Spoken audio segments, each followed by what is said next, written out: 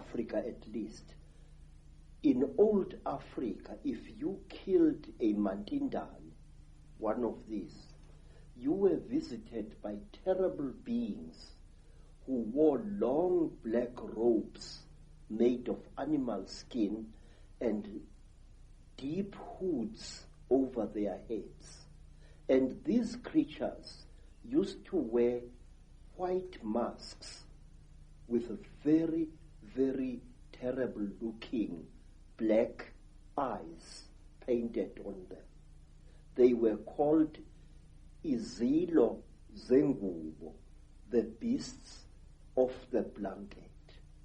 And may I tell you that these terrible beings, our African version of the Men in Black, used to play an important part in the choosing of certain kings in South Africa.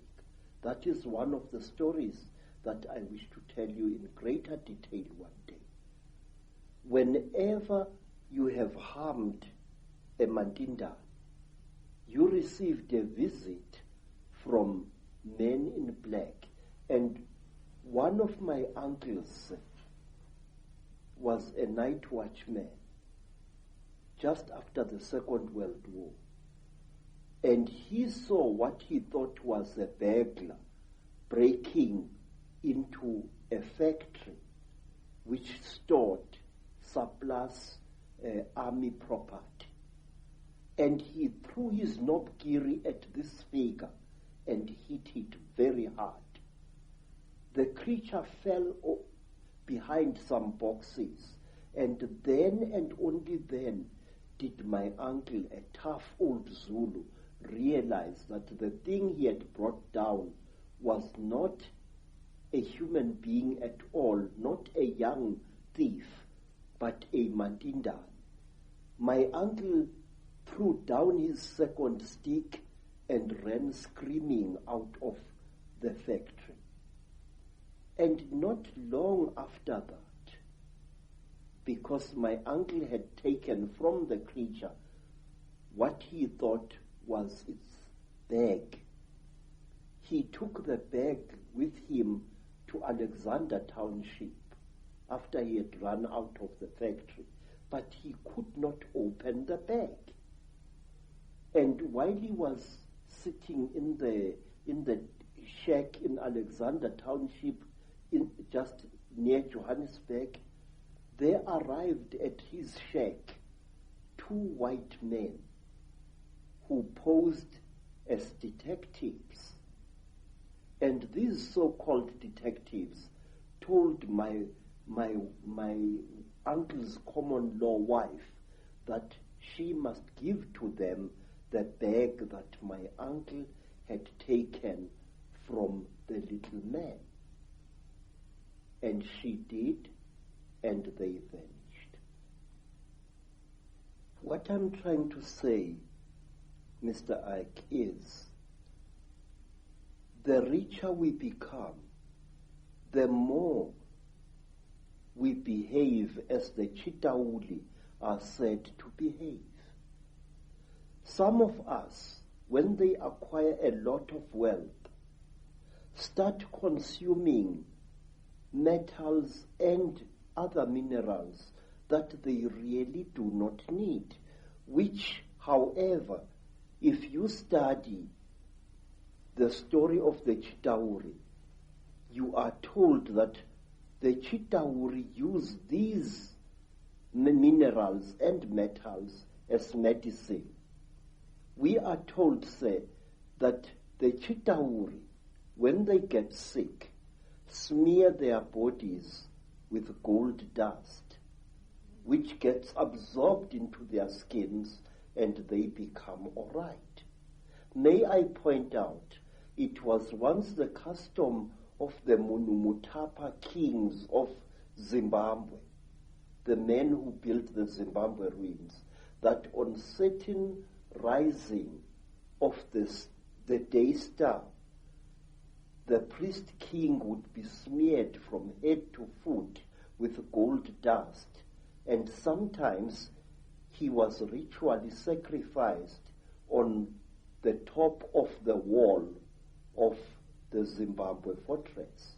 And to my amazement, when I visited South America, I found that the ancient Mayans had exactly the same custom where a god king was smeared with a mixture of fat and gold dust. And I know from my own research that the Maya people and the Central and South American people have a massive accounts and legends of the same reptilian gods. Yes. The thing is, if you read the ancient stories of our people or you listen to them spoken by the storytellers, you find that we human beings are somehow programmed to alter the world in which we live and render it uninhabitable to ourselves. We are told, say, by the griots of Nigeria, by the griots of the Dogon people, that at one time, a few thousand years ago almost, the entire Sahara Desert was not a desert at all. In fact, photographs have been taken of the certain parts of the Sahara from high up, which show ancient irrigation systems where there is now wind-blown desert. Questions: are we being used as instruments for the destruction of our own species? I say yes. The wealthier a person is, the more like a Chitauri he or she behaves. Some wealthy people even go to the extent of throwing away their old spouses and acquiring new ones, exactly as King Mahongo of the Chitauri does. He kills and eats all his wives when they can no longer make love to him properly, and he acquires new ones. He killed and ate 36 of his wives over a long reign, and only one wife was cunning enough to keep out of his clutches. You see millionaires divorcing their wives and acquiring new wives. And the Chitauri, unlike traditional Africans, believe that a female is inferior to the male. And so do the wealthy people who are great. They tend to look down, to abuse them.